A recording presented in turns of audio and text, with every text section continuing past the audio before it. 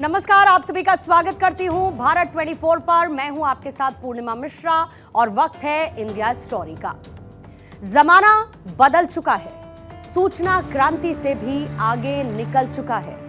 अब तो चंद बटन दबाने पर प्रोडक्ट्स और सर्विसेज तक आपके डोर स्टेप पर हाजिर हो जाती है। आपको याद होगा वो दौर जब मोबाइल फोन गिने चुने लोगों के पास होते थे। ये वो दौर था जब इनकमिंग के भी पैसे लगते थे और लोग बात करते वक्त सेकंड्स का हिसाब रखा करते थे। अगला मिनट शुरू हुआ तो ये समझो कि जेब और ढीली होगी। मगर अब वक्त नई करवट ले चुका है। घर बैठे या फिर यात्रा करते हुए आप कई काम मोबाइल पर कर सकते हैं। अब सिर्फ बात करना ही नहीं बल्कि कई सूचनाएं, इंफॉर्मेशन और सर्विसेज हमारी फिंगर टिप्स पर मौजूद होती हैं। यानी कि सिर्फ एक बटन क्लिक करने की देरी है और दुनिया से जुड़ने का मौका है। फंड ट्रांसफर हो या फिर इंफॉर्मेशन का आदान प्रदान, सूचना क्रांति अपने स्वर्णिम काल में है। और अब सिर्फ सूचना ही नहीं बल्कि लॉजिस्टिक्स भी आपके फिंगर टिप्स पर है। खरीदारी करनी हो या फिर खाने पीने की चीजें मंगानी हो, राशन, पानी या फिर कोई भी प्रोडक्ट हो, सब कुछ आपके दरवाजे पर बेल बजाते हुए हाजिर हो जाता है। कई ई कॉमर्स प्लेटफॉर्म आपके मोबाइल फोन पर उपलब्ध होते हैं जिनके जरिए आप कोई भी सामान, कोई भी जरूरी सर्विसेज चंद मिनटों में हासिल कर सकते हैं। ना आपको कहीं जाना है, ना किसी से कहना है कि चले जाओ, बस बटन दबाना है और काम पूरा है। आज इसी लॉजिस्टिक के टॉपिक पर होगी बात इंडिया स्टोरी में।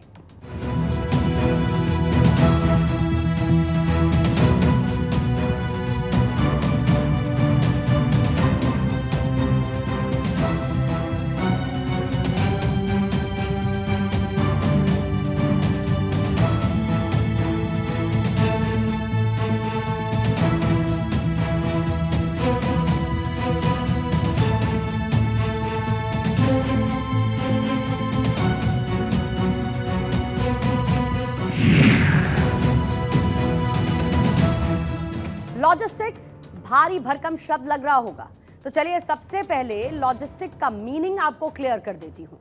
आखिर ये लॉजिस्टिक होता क्या है? किसी भी तरीके की वस्तु यानी कि गुड्स और सर्विसेज, उनकी डिलीवरी को सिक्योरली आसान बनाना लॉजिस्टिक का काम होता है। प्रोडक्ट सुरक्षित और सही जगह पर पहुंचे, यह भी लॉजिस्टिक सपोर्ट पर ही निर्भर करता है।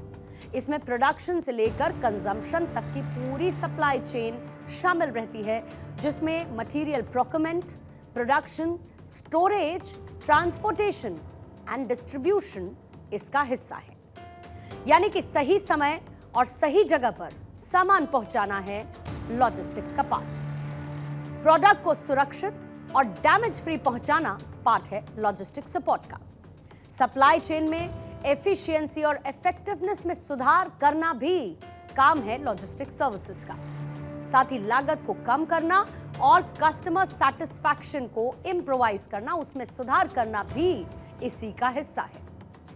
अब सवाल ये उठता है कि आज हम लॉजिस्टिक की बात इंडिया स्टोरी में क्यों कर रहे हैं? तो आपको सबसे पहले एक डेटा के जरिए, आंकड़ों के जरिए इसी सवाल का जवाब सबसे पहले दे देती हूं।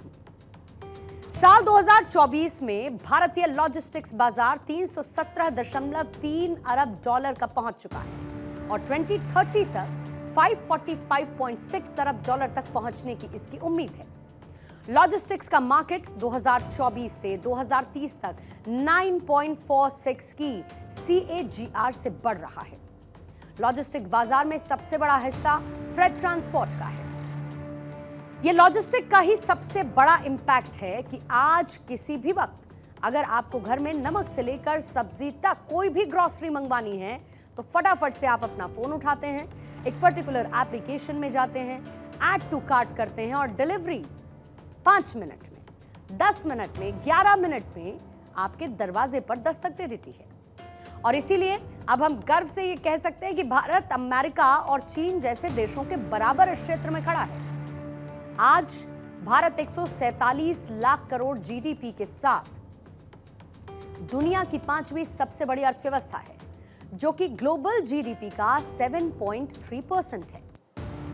मेक इन इंडिया और आत्मनिर्भर होते भारत की गूंज हर तरफ है। भारत एक्सपोर्ट्स के बड़े बड़े टारगेट को सेट कर रहा है, उन्हें पूरा भी कर रहा है। मैन्युफैक्चरिंग हब के रूप में उभर रहा है हमारा आपका देश भारत। और भारत दुनिया की नजरों में स्टेबल है, स्थिर है। भारत में यह बदलाव सिर्फ सिस्टम और इंफ्रास्ट्रक्चर की वजह से नहीं, बल्कि ये बदलाव देश के हर नागरिक के, हर नौजवान के आत्मविश्वास को भी दिखाता है। भारत ने साल 2024 तक लॉजिस्टिक्स परफॉर्मेंस के लिए विश्व बैंक की लॉजिस्टिक परफॉर्मेंस इंडेक्स में 44वें स्थान पर अपनी जगह बनाई। और ये एक बड़ा अचीवमेंट है जो ये बताता है कि भारत ने लॉजिस्टिक के क्षेत्र में अपनी क्षमताओं को, अपनी कार्य क्षमताओं को बेहतर किया है। यानी कि ये कह सकते हैं, चलते थे पैदल, अब मोटर गाड़ी और जहाज है। पहले कितना पीछे था भारत, पर आप ये देखिए कि आज कितना आगे है भारत। बदलते भारत में लॉजिस्टिक क्षेत्र एक इंपॉर्टेंट रोल प्ले कर रहा है और इसमें तेजी से विकास भी हो रहा है। भारत की बढ़ती हुई अर्थव्यवस्था, भारत में होती डिजिटल क्रांति और साथ ही इंफ्रास्ट्रक्चर में सुधार, ये तमाम ऐसे क्षेत्र हैं जिन पर हम नई ऊंचाइयों पर पहुंच चुके हैं। डिजिटाइजेशन और टेक्नोलॉजी का इंपॉर्टेंट रोल है और इसमें ई कॉमर्स और ऑनलाइन बिजनेस के एक्सपेंशन ने लॉजिस्टिक को डिजिटल प्लेटफॉर्म से कनेक्ट कर दिया है। और इसका रिजल्ट क्या हुआ? जो सर्विसेज हैं, गुड्स हैं, उनकी ट्रैकिंग और उनकी डिलीवरी सही समय पर होती है, यानी कि समय भी मिनिमाइज होता है और गुड्स और सर्विसेज ठीक तरीके से पहुंचती भी है।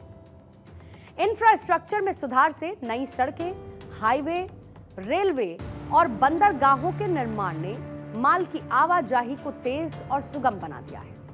भारत सरकार की अलग अलग योजनाएं जैसे कि भारतमाला परियोजना और सागरमाला परियोजना ने लॉजिस्टिक नेटवर्क को बहुत स्ट्रॉन्ग कर दिया है।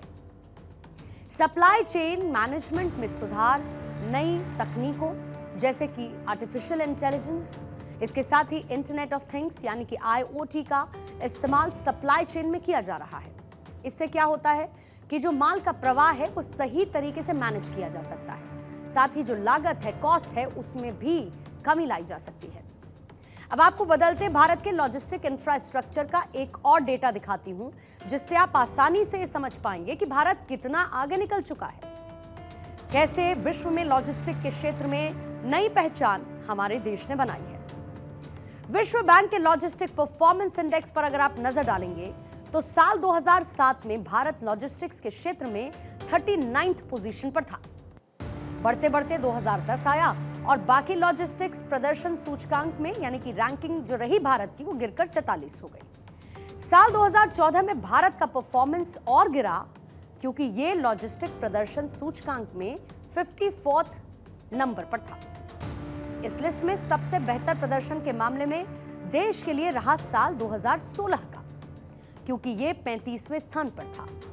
लॉजिस्टिक परफॉर्मेंस इंडेक्स का अगर आप वैल्यूएशन करेंगे तो उसके लिए 6 मानक हैं जो उसका आधार माने जाते हैं, जिसमें पहला क्या है? कस्टम्स परफॉर्मेंस, दूसरा है क्वालिटी ऑफ इंफ्रास्ट्रक्चर, शिपमेंट की व्यवस्था में आसानी, लॉजिस्टिक्स सर्विस की क्वालिटी, माल की ट्रैकिंग और ट्रेसिंग, साथ ही शिपमेंट का वक्त पर पहुंचना यानी कि ऑन टाइम डिलीवरी। 2023 में भारत 5 में से 3.4 के LPI स्कोर के साथ 38th पोजीशन पर था। भारत का टाइमलीनेस स्कोर 5.0 में से 3.6 था और दूसरी तरफ भारत का जो सीमा शुल्क स्कोर है वो सबसे कम यानी कि 3.0 था। हाल ही में देश में लॉजिस्टिक इंफ्रास्ट्रक्चर को बढ़ावा देने के लिए भारत सरकार ने अक्टूबर 2021 में PM गति शक्ति योजना की शुरुआत की और इस योजना का उद्देश्य माल ढुलाई की क्षमता को बढ़ाना, बंदरगाहों पर टर्न अराउंड समय को कम करना ताकि व्यापार को बढ़ाया जा सके, साथ ही लॉजिस्टिक खर्च को भी कम किया जा सके। कॉस्ट इफेक्टिवनेस के लिए ये इस तमाम कवायदें की गई। ये नया भारत है और ये कहानी भी नए भारत की है। भारत को विकसित देश बनने के प्रण को पूरा करने की दिशा में महत्वपूर्ण कदम है ये। लॉजिस्टिक्स की दुनिया में देश की इकोनॉमिक डेवलपमेंट की रफ्तार बढ़ाने वाला नया नजरिया माना गया है। इसमें सड़कें, रेलवे, हवाई अड्डे, बंदरगाह, जन परिवहन, जलमार्ग और लॉजिस्टिक इंफ्रास्ट्रक्चर शामिल है, जो कि इकोनॉमी को बूस्ट करने के लिए 7 इंजन है। देश की प्रगति को गति देने के लिए प्रधानमंत्री मोदी ने पीएम गति शक्ति को नेशनल मास्टर प्लान के तहत लॉन्च किया था।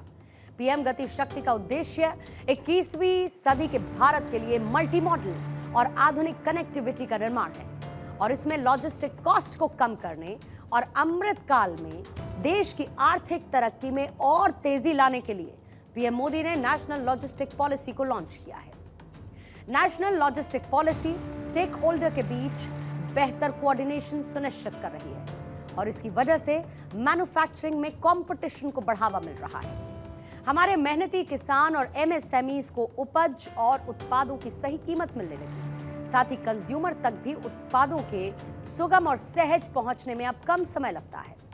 इस पॉलिसी को अमल में लाने के बाद से देश में बन रहे प्रोडक्ट्स को ग्लोबल पहचान मिलने लगी है, यानी कि लोकल प्रोडक्ट्स अब ग्लोबल हो चुके हैं। प्रधानमंत्री मोदी के इसी विजन, दूरगामी सोच ने देश को टॉप 25 लॉजिस्टिक वाले देशों में शामिल कर दिया है। इसके साथ ही पीएम मोदी ने देश में वर्ल्ड क्लास इंफ्रास्ट्रक्चर, आधुनिक वेयरहाउसिंग, साथ ही डिजिटल प्रक्रिया का regulation, tracing, tracking, ease of arranging shipment जैसे पॉइंट्स पर फोकस किया है। इकोनॉमी के एक महत्वपूर्ण सेक्टर से जैसे कि कोयला, steel, fertiliser, food grain, cement, port connectivity के लिए सेक्टर स्पेसिफिक लॉजिस्टिक प्लान बनाए गए। अब इसे और ज्यादा मजबूत करने की दिशा पर जोर दिया जा रहा है। डिजिटल इंडिया को लॉजिस्टिक प्रक्रियाओं से जोड़कर एक यूनिफाइड प्लेटफॉर्म यानी कि यूलिप तैयार किया गया ताकि लॉजिस्टिक स्टेक होल्डर्स को आसानी से और ईज ऑफ डूइंग बिजनेस को बढ़ावा मिल सके। यूपीआईज, एप्स, एंड यूजर। देश में वेयरहाउसिंग सेक्टर को स्टेबलाइज करने के लिए एक ई हैंडबुक भी तैयार की गई है ताकि स्टेक होल्डर्स इसका इस्तेमाल करें और देश में ग्लोबल स्टैंडर्ड्स के मुताबिक वेयरहाउसिंग सेक्टर का विकास हो। कोविड महामारी के दौरान दुनिया के कई देशों में स्किल्ड मैन पावर की कमी की वजह से सप्लाई चेन नेगेटिवली इंपैक्ट हुई थी और इसीलिए भारत में ग्रेजुएशन और पोस्ट ग्रेजुएशन की स्टडीज के साथ साथ लॉजिस्टिक्स और सप्लाई चेन से जुड़े हुए कोर्सेज को शुरू किया गया। इसके साथ ही लॉजिस्टिक आधारित स्किल निर्माण पर भी फोकस है ताकि हमारी युवा शक्ति के लिए देश और दुनिया में बड़े पैमाने पर रोजगार के अवसर प्राप्त हों। एक सशक्त, एकीकृत डिजिटल लॉजिस्टिक सेक्टर से देश की अर्थव्यवस्था और बेहतर होगी और भारत विश्व पटल पर लीडिंग लॉजिस्टिक्स परफॉर्मेंस वाले देशों में शामिल होगा। इसका असर अब वर्ल्ड वाइड दिखने लगा है। वर्ल्ड बैंक से लेकर अंतर्राष्ट्रीय मुद्रा कोष भी ये मानता है कि भारत की अर्थव्यवस्था की रफ्तार इस वक्त दुनिया में सबसे तेज है, जो कि भारत की बढ़ती शक्ति, भारत की तरक्की, भारत में विकास की रफ्तार को दिखाती है। साल 2011 में भारत दुनिया की 11वीं सबसे बड़ी इकोनॉमी था। साल 2014 आते आते भारत 9वीं सबसे बड़ी इकोनॉमी था और आज यानी कि साल 2024 में भारत दुनिया की 5वीं सबसे बड़ी अर्थव्यवस्था है। साल 2027 तक भारत के दुनिया की 3री सबसे बड़ी यानी कि 3rd लार्जेस्ट इकोनॉमी बनने का अनुमान है। ग्लोबल ब्रोकिंग फर्म CLSA का यह अनुमान है कि साल 2047 तक भारत दुनिया की नंबर 1 अर्थव्यवस्था बन जाएगा। प्रधानमंत्री मोदी ने इस बार लाल किले की प्राचीर से 78वें स्वतंत्रता दिवस की थीम विकसित भारत रखी और इसके तहत स्वतंत्रता के 100वें साल यानी कि 2047 तक भारत को एक डेवलप्ड कंट्री बनाने का लक्ष्य है। इससे पहले भी प्रधानमंत्री मोदी भारत को सबसे बड़ी अर्थव्यवस्था बनाने की बात कई बार कह चुके हैं, यानी कि उनका जो विजन 2047 है उसका पूरा का पूरा लेखा जोखा तैयार है। वो भारतीय अर्थव्यवस्था को टॉप पर लाने वाला फॉर्मूला ढूंढ चुके हैं, जिसे उन्होंने नाम दिया है 24x7 फॉर 2047। देशवासियों से सुझाव मांगे और मुझे प्रसन्नता है कि मेरे देश के करोड़ों नागरिकों ने विकसित भारत 2047 के लिए अनगिनत सुझाव दिए हैं। हर देशवासी का सपना उसमें प्रतिबिंबित हो रहा है। हर देशवासी का संकल्प उसमें झलकता है। युवा हो, बुजुर्ग हो, गांव के लोग हो, शहर के लोग हो, किसान हो, कामदार हो, दलित हो, आदिवासी हो, पहाड़ों में रहने वाले लोग, शहरों में रहने वाले लोग हैं। हर किसी ने 2047 में जब देश आजादी का 100 साल मनाएगा तब तक विकसित भारत के लिए अनमोल सुझाव दिए हैं। भारत ने अपनी जीडीपी ग्रोथ की चौथी तिमाही के आंकड़े पेश कर दिए हैं, जिसके बाद वित्तीय वर्ष 2023-24 की पूरी जीडीपी ग्रोथ 8.2 रही है, जो कि इससे पहले के फाइनेंशियल ईयर में 7% थी। यहां पर गौर करने वाली बात यह है कि आरबीआई ने खुद जो अनुमान लगाया है उसके मुताबिक भारत की ग्रोथ रेट 7% के आसपास होनी चाहिए थी, लेकिन आंकड़े एक नई कहानी को बयां कर रहे हैं। ये जीडीपी ग्रोथ रेट जो आई है वो उम्मीदों से कहीं ज्यादा है और चौथी तिमाही की जो जीडीपी ग्रोथ रेट रही वो भी 7.8% रही है, जो कि अपने आप में अभूतपूर्व है। यहां पर एक और बात ध्यान देने वाली है कि जितनी भी बड़ी अर्थव्यवस्थाओं वाले देश हैं उनमें से किसी भी देश की जीडीपी ग्रोथ उतनी नहीं है जितनी कि भारत की है। भारत की जीडीपी ग्रोथ रेट जहां पर 8.2% है तो वहीं यूएस की 2.3% है। चीन की ग्रोथ रेट 5.2% है, जर्मनी की तो -0.3% है और जापान की 1.92%। ब्रिटेन 0.1% के साथ खड़ा है, फ्रांस 0.9%, ब्राजील की ग्रोथ रेट है 2.91%, तो इटली की है 0.9% और कनाडा 1% है। यानी कि दुनिया का कोई भी देश भारत के जितनी तेजी के साथ आगे नहीं बढ़ रहा है। और अब ये बात आप खुद भी समझ सकते हैं कि अगर कोई गाड़ी 80 की स्पीड से चल रही हो और उसके चलने वाली गाड़ी की रफ्तार 40 किलोमीटर प्रति घंटा हो तो आज नहीं तो कल हम उससे आगे निकल ही जाएंगे।